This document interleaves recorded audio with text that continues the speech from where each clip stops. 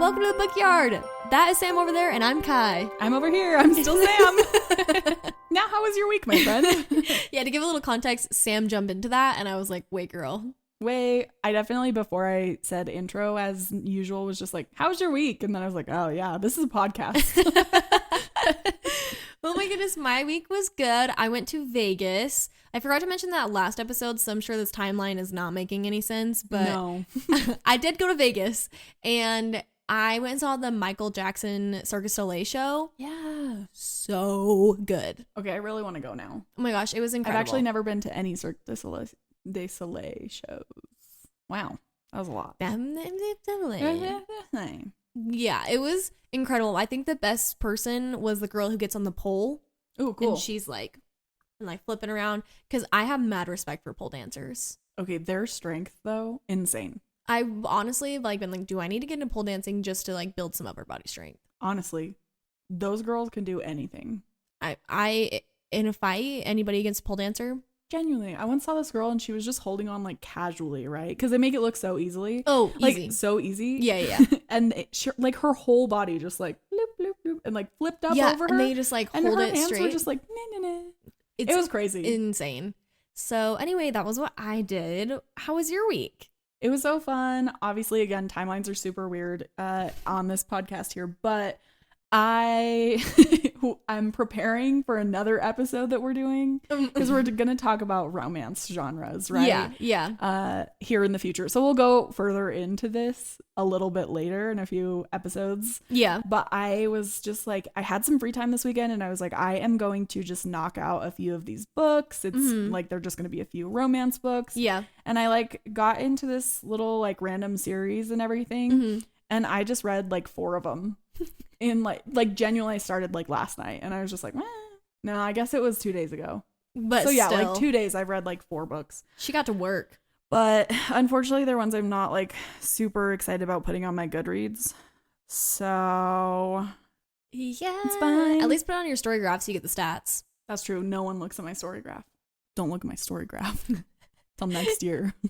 I mean, you are gonna see in the romance episode, but that's fine. Yeah, that's true. But honestly, I don't need to admit that I read all of the books in the series. Like, it was supposed to be like a delving into the series. But I was like, oh, well, I already know the people. I might as well just keep going. You know those series where it's a cute little romance and then the next book is the next person?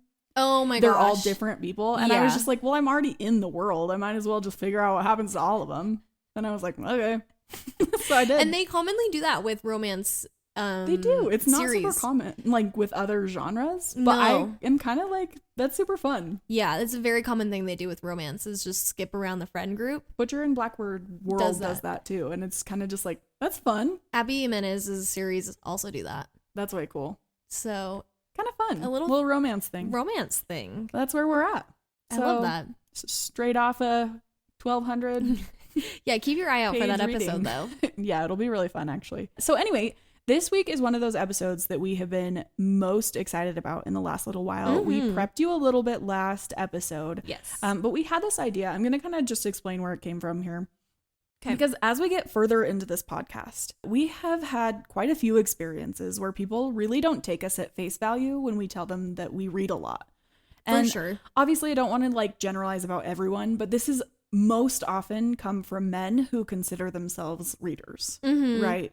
So this interaction like has happened several times where people just, and specifically the men in our lives, have not taken us at face value when we're like, yeah, we like to read or we read quite a bit. Right. So this specific experience, the interaction that spurned this idea on basically, was recent for me. As you all know, I started a new job, tragically not at the same office that Kai works at. Womp, womp, womp. I know.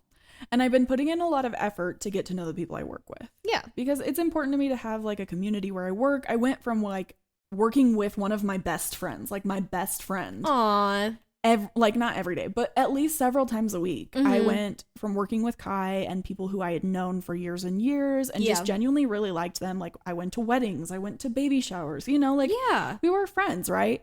So it's very important to me at the place I work with that I can like, you know, make a little bit of a community. I don't need to be everyone's best friend, but I do want to make an effort to get to know people.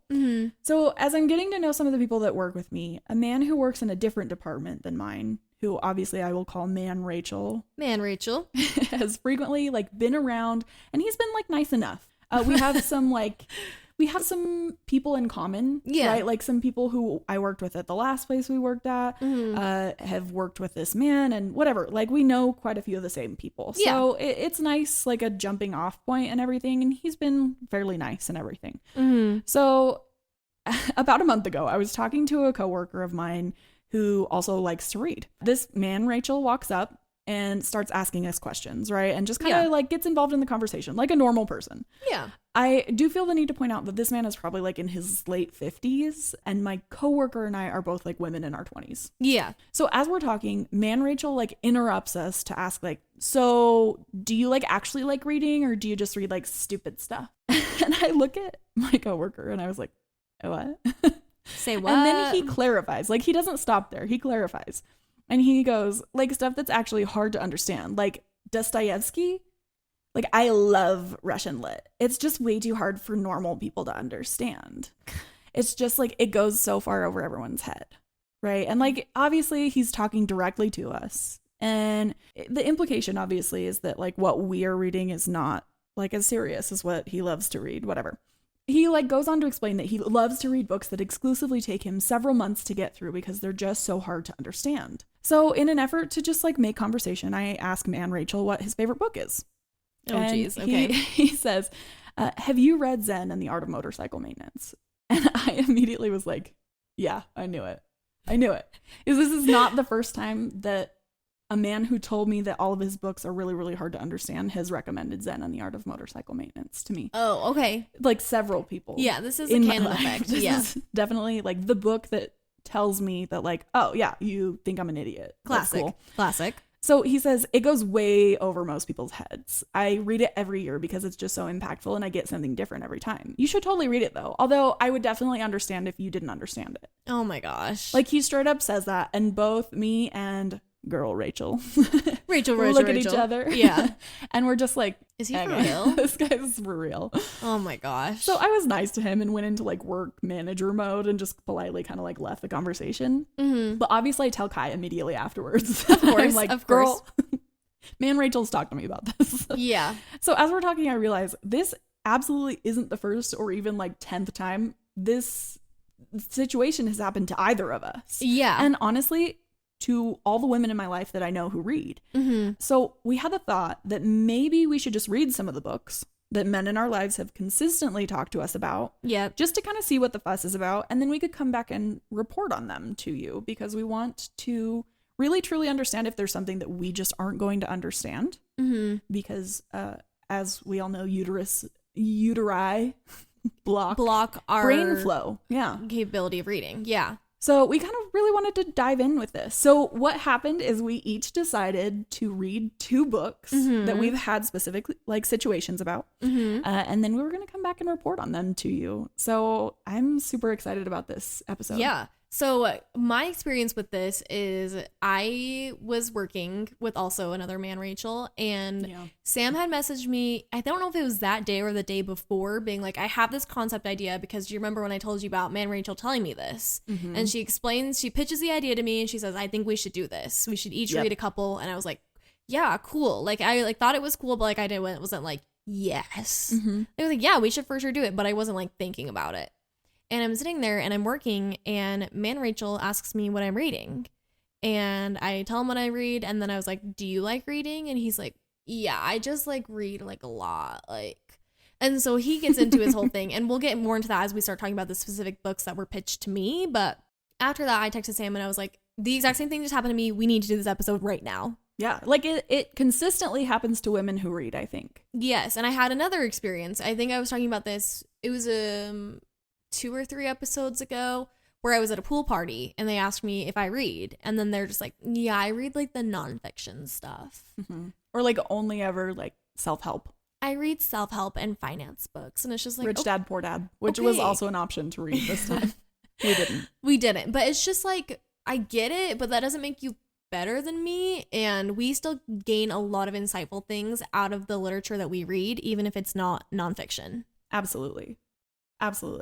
So anyway, let's dive into these books, man. Let's get going. What was the first book that you chose and like why? Tell me all about it. I'm so excited. So the first book that I read is called The Art of War, and this is by Sun Tzu. Going for it there. And this was recommended / mansplained to me by Work Rachel. Work Rachel, more specifically. Okay, I just have to jump in here that we made this table to go over what we are like going over, like the books that we each read, and we put published dates on this. Yo, you put published dates and I was like, okay. I just thought it was helpful with the like context because some of them I was like, this will not fly now. But The Art of War was written in 501. It was. I just thought that was so funny. I looked down and I was like, cool. I love that. It was published in 501, so. Beautiful. Sorry, keep going. I was just laughing so hard about that. No, it's okay. So, yeah, that was kind of going into the concept of this book. So let me read you first what the concept of this book is, and then I'll talk to you a little bit more about how it was mansplained to me. Okay. So the concept, 2,500 years ago, Sun Tzu wrote this classic book of military strategy based on Chinese warfare and military thought. Since that time, all levels of military have used the teaching on Sun Tzu to warfare, and civilization have adapted these teachings for use in politics, business, and everyday life. The Art of War is a book which should be used to gain advantage of opponents in boardroom and battlefield alike. Okay, that's like the perfect description of a man book. Yeah, it's like, it's war. And you know what? The format of this book is it's straight up like one paragraph and then it's bullet points of different war strategies, more specifically about what the paragraph was about. Interesting. Okay, I like so it's not really like a flowy book. Like it's kind of like bullet point, you know? Yeah. And when Rachel explained to me, he was like, yeah, like this book is just like, it's so insightful and it's really hard to understand, and it like took me ages to read, but like I don't really know if it's like your style, but it was really good. And so I was like, okay, immediately reads it. First of all, this book is like 50 pages. Like it really was not long. Yeah, I read it in one day and I had zero hard time of understanding what this book was about. It was war strategies. It was war strategies, and it wasn't even like complex words or anything. Like there was nothing confusing about the concept. I have a couple of examples. Okay. One of them is, in battle, there are not more than two methods of attack, the direct and indirect. Yet these two in combination give rise to endless series of maneuvers. I don't know. I'm super confused. No, I'm kidding. That is not confusing. Like, I just don't like this one on page 13. Let your plans be dark and impenetrable as night, and when you move, fall like a thunderbolt. Wow. Okay. Like, so not super subtle at all. Not subtle, not like underground, not confusing. Like, I just don't understand why this was supposed to be groundbreaking. Yeah. I think I have one more. This is on page 30, I think. If you are situated at a great distance from the enemy and the strength of the two armies is equal, it is not easy to provoke a battle, and fighting will be your disadvantage. Yeah. That makes total sense. That is a bullet. That's just how this book runs, is just bullet point. Yeah. I really don't understand why this was explained to me as it being super confusing and intense. Especially for a modern audience, right? I mean, I think, like, from what I'm understanding, obviously this is several thousand years ago. Mm-hmm. It may have been, like, revolutionary at that point, right? Absolutely. And I'm into that. I'm into it being like, this was a good, like, rule breakdown and, like, kind of helped military evolve in strategy. Yeah. But the book itself was not confusing. Right? Or, like, even particularly super insightful from what I've seen. Like, no. Like, now that we've been exposed to several thousand years of war. Yeah, like I was like, okay, duh. Like that last one where it talked about how if it's equal, nobody's at an advantage, so it really shouldn't be good to fight. Like, why is that crazy? So I just kind of felt a little bit insulted reading this book because it genuinely took me a day and was like 50 pages long and was very easy to understand, that I was kind of like, I don't really get it. Yeah. So ding, ding, ding. Number one, girls are dumb, boys rule, I guess. Yeah. Not super crazy to understand. No. So that was my first book. You give me your first book. Okay, yeah. So I talked a little bit about this at the intro here, but I did want to go and specifically read Zen and the Art of Motorcycle Maintenance. It sounds incredible. It sounds so good. Compelling. Even from like the time I was in high school, I had several people, and specifically they were men around me, who were like, this book is genuinely amazing. Life-changing. It was written in 1974. We get like a wave of literature at this point that really kind of like questions reality. Right? Which honestly, good for you, right? But the way that it's been explained to me by Men Rachel throughout time, is just that it's completely groundbreaking, right? So the concept here is Robert M. Pirsig is the person who wrote this. The Zen and the Art of the Motorcycle Maintenance is an examination of how we live, a meditation on how to live better. Oh, it's set around the narration of a summer motorcycle trip across America's Northwest, taken by a father and his young son. Oh, see, that sounds kind of fun. Like, I'm like, okay, that sounds cool. Totally.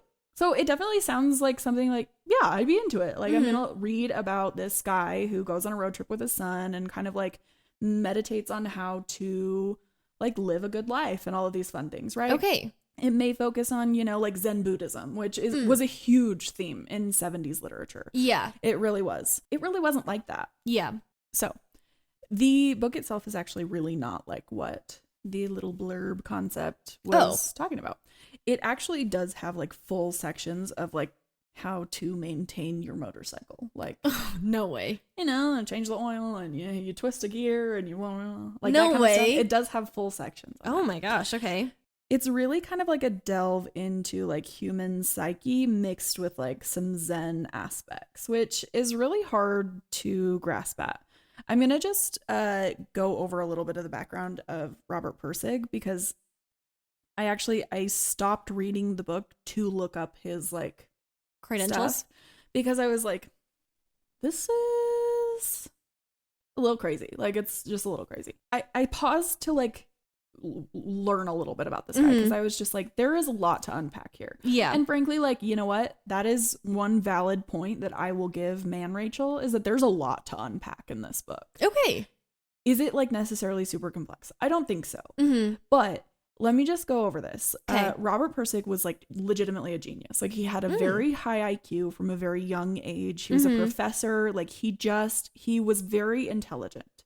However, in like 1960, 1961, he suffered like a nervous breakdown. Oh. And spent a lot of time in and out of psychiatric hospitals. Okay. Like between 1961 and 1963, he also was diagnosed with like paranoid schizophrenia, clinical depression.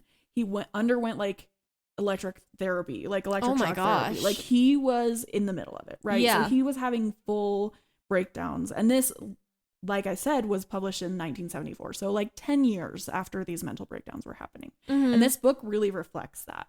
So it's very like disjointed is how I would describe it. You have actual portions where he talks about motorcycle maintenance. And then you get parts where he is talking about this man called Phaedrus, who is himself, but from the perspective of the person who's had this like revelation.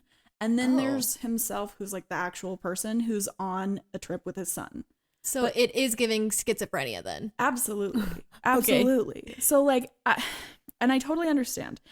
Phaedrus is supposed to be like the narrator of this book. And he basically is like Pirsig himself. Oh, okay. Right? But like the like better version of himself that's like.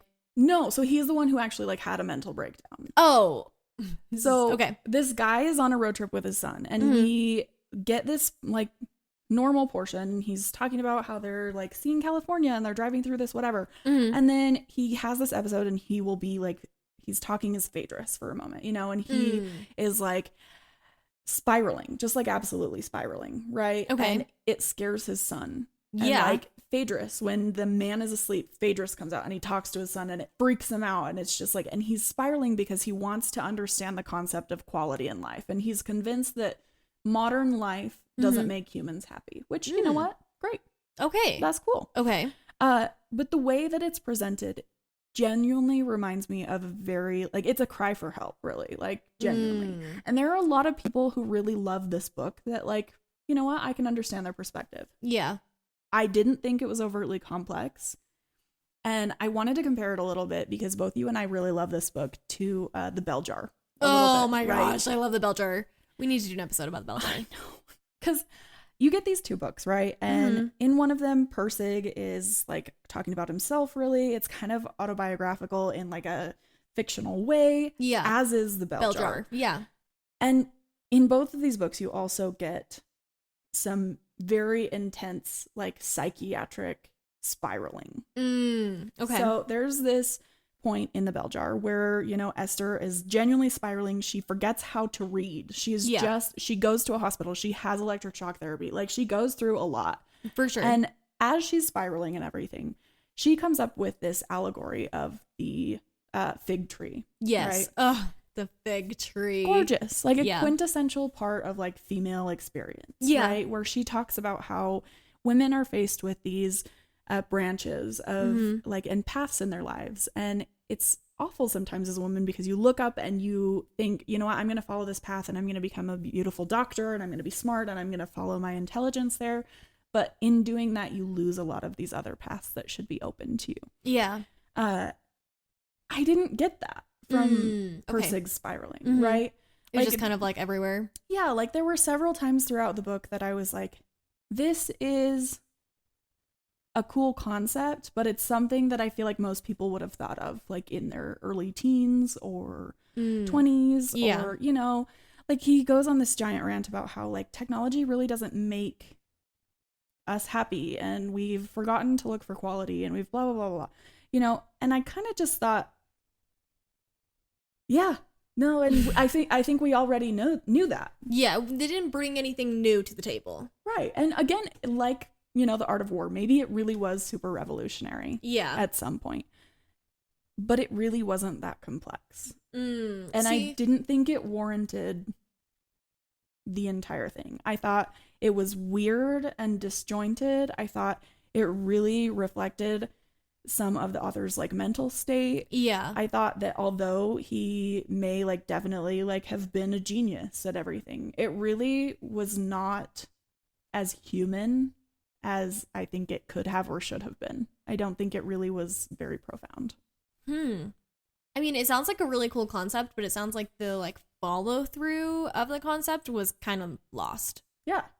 It wasn't like a story like I would have read. It wasn't like, you know, it was kind of fun to think about for a minute, but I obviously know this is going to be like very infuriating for some people, but I wouldn't rate it a 1-star and I wouldn't rate it a 5-star. I think I was close to like 2.5 or 3. Yeah. Here's my question for you. What do you think Man Rachel saw in this book that made it so impactful for him? Like, what do you think draws the men in that everybody's like, this was profound? I thought about that as I was reading it, and there were a few parts where he would throw in these like just little quotes, right? That were like almost like pseudo profound. Let me just like go over just a few quick quotes. Okay, and I really do feel like this is what draws people into it, right? I'm so excited. Okay. So you just get these little moments. For example, the truth knocks on the door and you say, go away, I'm looking for the truth. And so it goes away, puzzling. Like I know Man Rachel ate that up. Yeah. You know what it's kind of giving me? It's kind of giving me Silver Elite.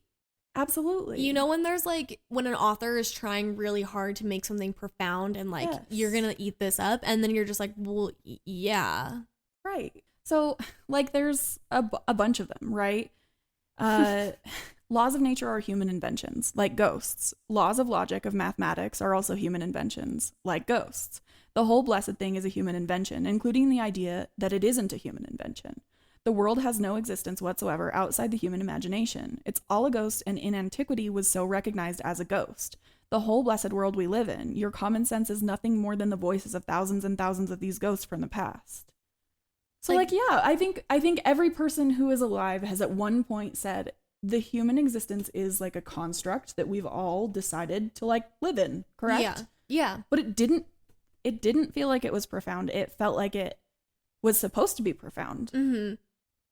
Yeah, it kind of, I don't know if you've ever read or watched something. I have an example in my head, but I remember one time I was watching this, I can't remember what it was called. It was a Netflix show. It would just barely came out and it was all in one move. What is that show called again? Okay, we found it. It was called Adolescence. And we loved it. It was really great. Sam loved it more than I did, but I still really enjoyed it. And the whole point and premise was that men in their adolescence are exposed to more things, and it leads to things like it was a very like profound idea, but it wasn't groundbreaking for me personally because I've taken media and my own learning into my own hands and expound and like found those kind of things on my own. So that's what this book is kind of giving me is like, if you've never thought about anything a day in your life, you're like, this is incredible. But if you are a naturally intelligent person who like looks beyond the door, I don't think this is groundbreaking. Just kind of like, yeah, I get it. And that's kind of where I fell on this one. I was a little bit like, okay, man, Rachel, like you can reread this book every year if you'd like. And if you are getting something from it, like I'm proud of you. I'm glad. Yeah. But these are all thoughts that I feel like I've had and I've kind of been able to like deal with them in a normal like person way. Yeah. And I just don't know that it was super profound for me. Yeah. And there is a sequel to the book. I don't know that I'll go and read it. I don't think it served me any purpose because it really didn't feel like it was something that was like a revelation to me. Yeah. So it wasn't hard to understand, but I'm glad other people think it is. So. Ding, ding, ding. Not hard to understand. Okay. Tell me about your second book. Okay. I have to be so real with you guys.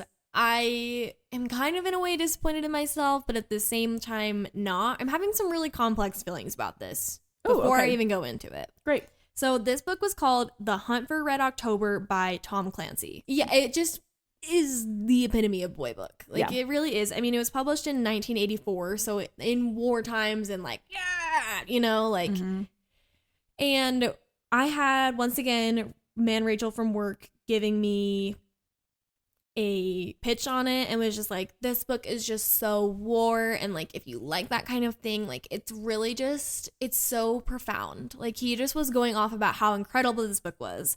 And I was like, okay, let me look it up. So I look it up, and their first review, it's on Goodreads, is from Peter, and it says, after reading 50 Shades of Girl Smut, I think I needed a manly book. The Hunt for Red October seemed virile enough. Strong, sweaty men at sea with not a woman in sight.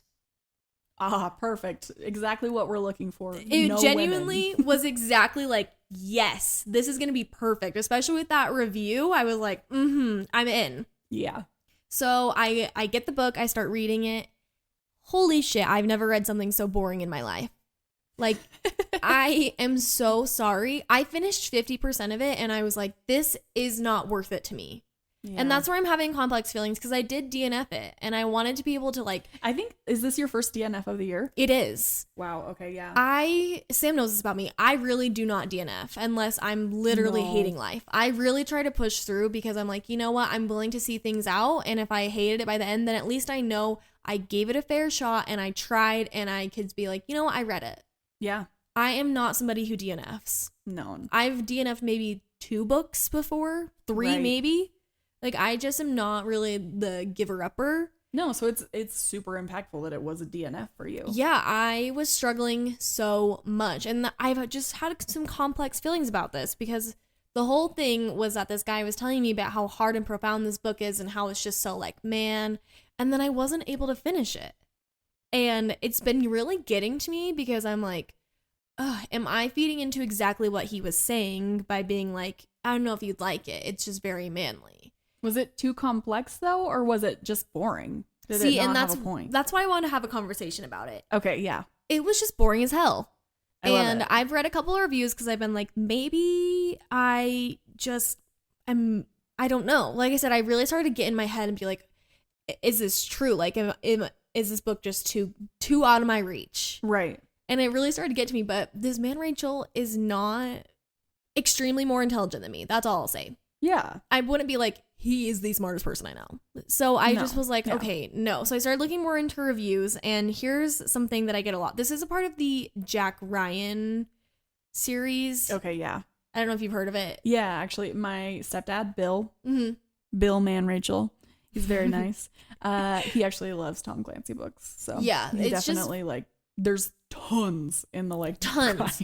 And Jack Ryan is just like this awesome man who's like a spy, and then he's a president, and blah, blah, blah. Like Bill calls them his boom boom beat 'em up explosion books. Like it's boy book. It is so boy book, and that's why I was like, okay, like I'm willing to give this a shot. But some common critiques: no distinct characters, endless useless facts. And one quote somebody said is, Jack Ryan is a bland white bread character who can do no wrong. But it wasn't like a positive thing. It was like, no, this character sucks. Yeah. And then this person on Reddit, they deleted their account, so I don't have a name to give credit to. I'm really sorry. But it says, this book is boring. I started to read it because of the current political situation. As a Russian, I am just disappointed what is happening in Russia and thought reading this book would be a good coping mechanism for me. I wanted to imagine that's actually kind of fun, though. Like, way to be. I wanted to imagine myself as a brave American CIA agent who fight against evil commies, but now I understand how patriotic literature is very boring for me. This is kind of a long thing. Sorry, it's literally a long review, so I want to make sure I get the important parts. But it says, Tom Clancy is not much different from the Soviet-Russian spy dramas like TASS is authorized to declare. It's all about America is cool and number one. Yes, Tom is a talented writer. He is very good at describing military equipment.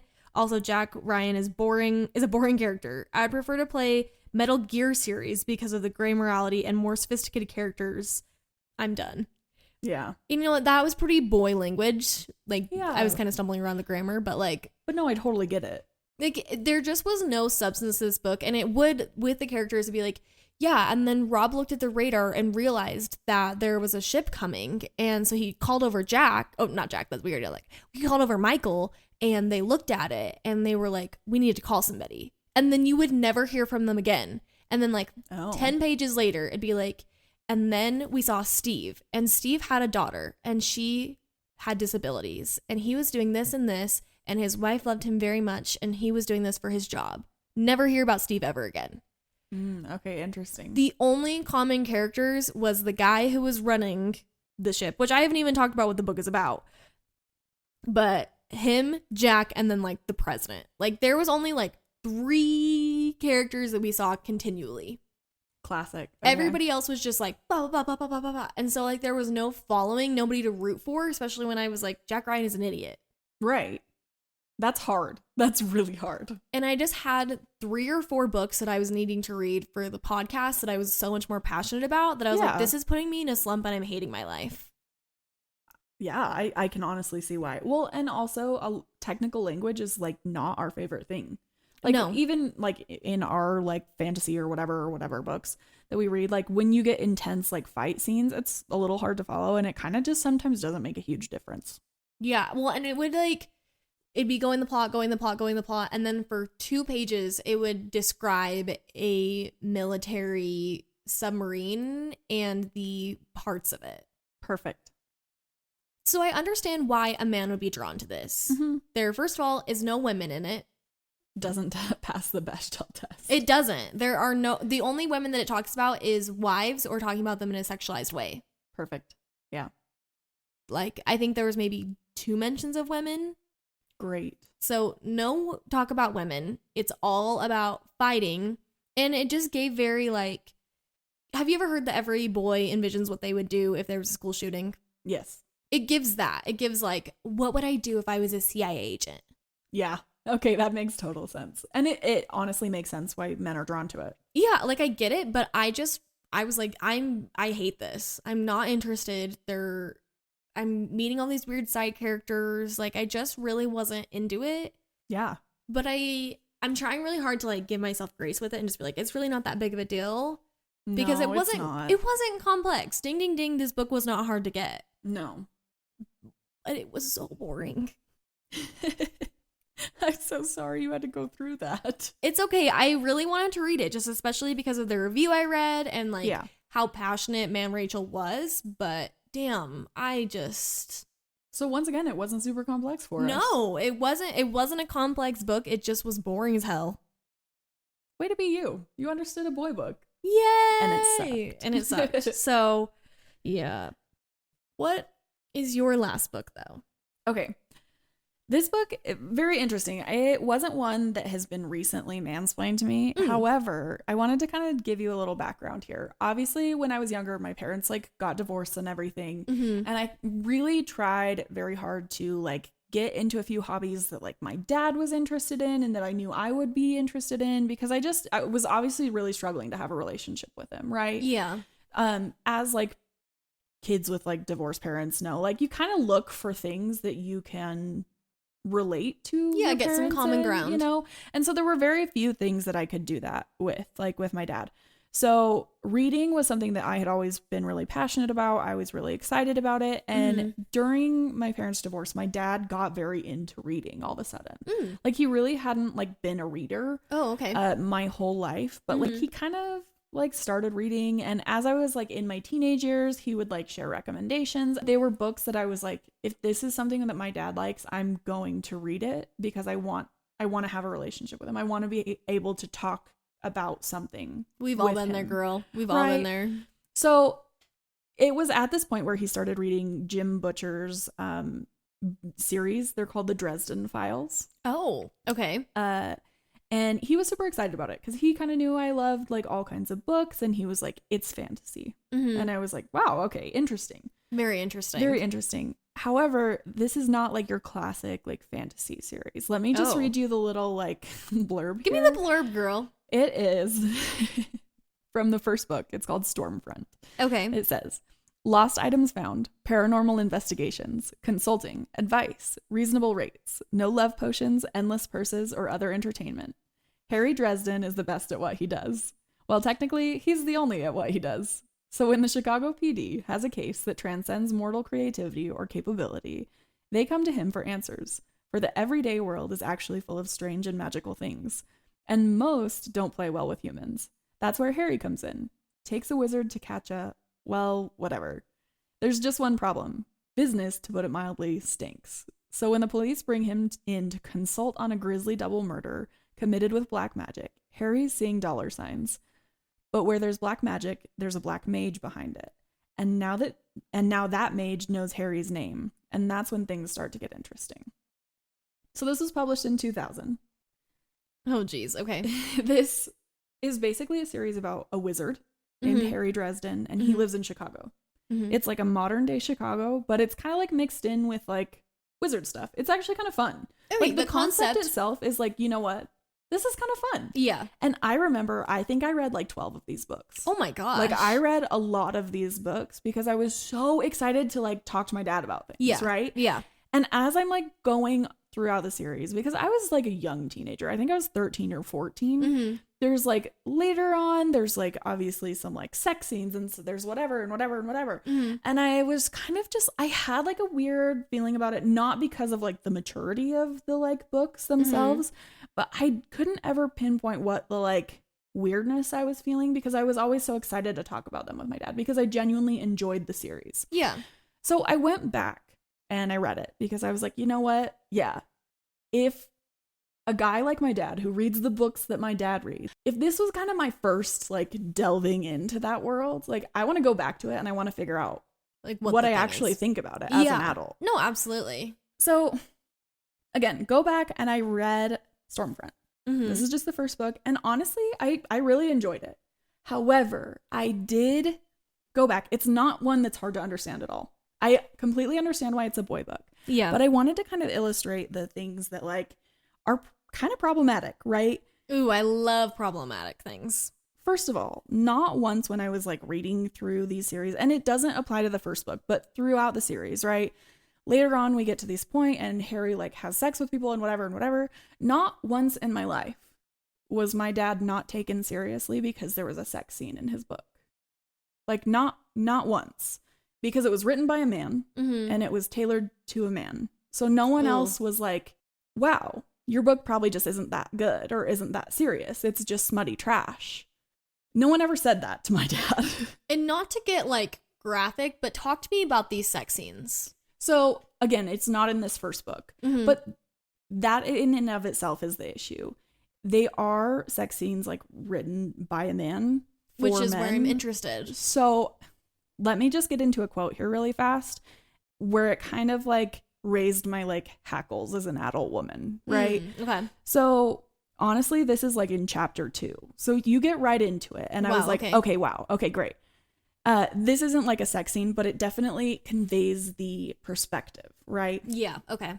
So this is Harry Dresden, the main character talking, and he says, maybe my values are outdated, but I come from an old school of thought. I think that men ought to treat women like something other than just shorter, weaker men with breasts. Try and convict me if I'm a bad person for thinking so. I enjoy treating a woman like a lady, opening doors for her, paying for shared meals, giving flowers, all that sort of thing. Whatever. Great. I am fine if you really want to like open doors for I'm sorry. I'm everything. speechless. Nothing gags me more than when men are like the old way. Like Yeah. what is that? Well, and that's something obviously that I didn't pick up on as a young teenager, right? Which was why it was so refreshing for me to go back and read it, because I always had this feeling that like this wasn't what like books were like their full potential, right?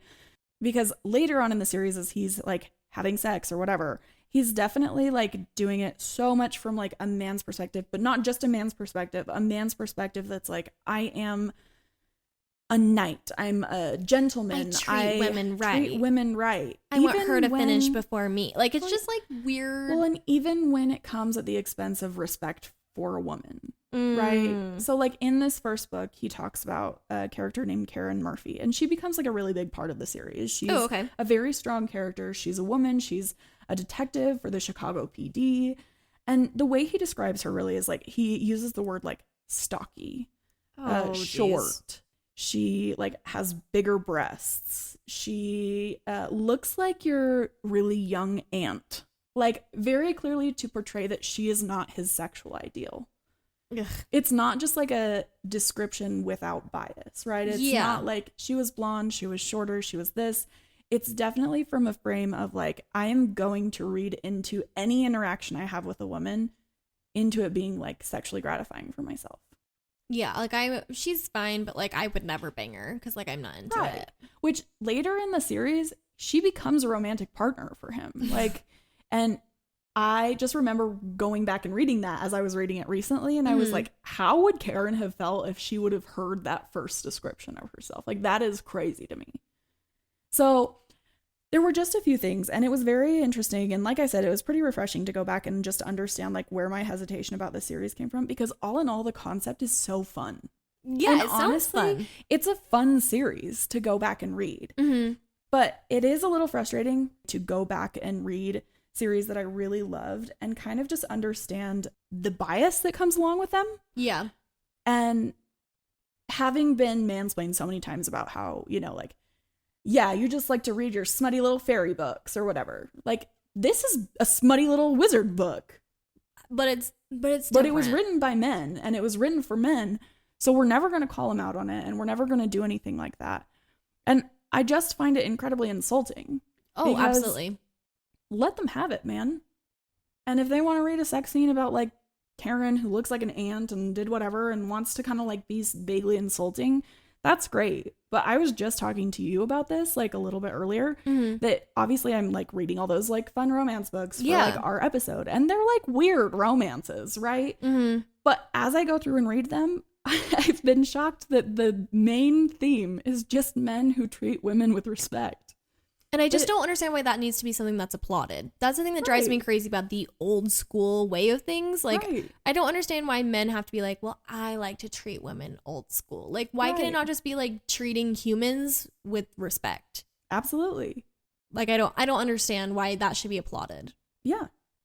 Well, and you know what? Like this book and this series, obviously I still enjoy it. Like, I may go back and read all of them. I may do that because it is really nostalgic for me. And it's really like, you know what? I loved this book because I remember the villain was really cool, or I remember this magic thing and it was fun.